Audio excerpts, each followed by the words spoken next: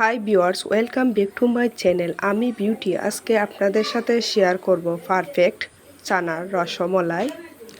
আলহামদুলিল্লাহ, আশা করি আপনারা সবাই ভালো আছেন। আমিও ভালো আছি। আর আমার এই ভালো থাকার সুবাদে আজকে আপনাদেরকে আমি দেখাবো কিভাবে রসমলাই তৈরি করলে দোকানের চাইতে ভালো হয়। ছোটোর থেকে বড় আমরা সবাই রসমলাই পছন্দ করি। তাহলে শুরু করা যাক। প্রথমে আমি ছানার ডোটাকে ভালো করে তৈরি করব। সেই জন্য ভালো করে ছানাটাকে ম্যাশ করতে হবে। মনে রাখবেন, ছানার ডোটাটা যত ভালো স্মুথ হবে, মিষ্টিটা পারবে না। দিয়ে দিব 1 চামচ বেকিং পাউডার, 1 চামচ কর্নফ্লাওয়ার দিয়ে ভালো করে আমি আবারও ম্যাশ করে নেব। কর্নফ্লাওয়ার না দিলেও চলবে, তবে আপনাকে বেকিং পাউডারটা দিতে হবে, তা না হলে মিষ্টিটা ফুলে ডাবল হবে না।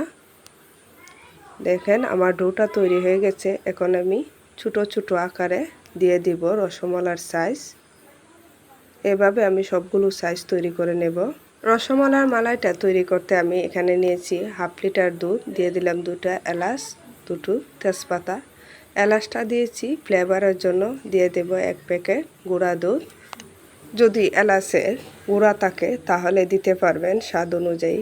আমার কাছে নাই, সেজন্য আমি আস্তা এলাচ দিয়েছি। দিয়ে দিলাম 1 কাপ চিনি। রসমলাইয়ের মালাইটাই কিন্তু মেইন।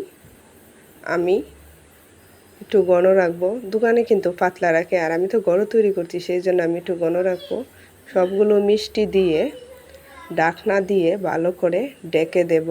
8 থেকে 10 মিনিট সিদ্ধ করার পর রসমলাইটা তৈরি হয়ে যাবে। দেখতেই পাচ্ছেন তৈরি হয়ে গেছে। তাই আমি বলবো বাসায় একবার হলেও ট্রাই করে দেখবেন দোকানের সাথে এর স্বাদ আলহামদুলিল্লাহ অনেক গুণ বেশি।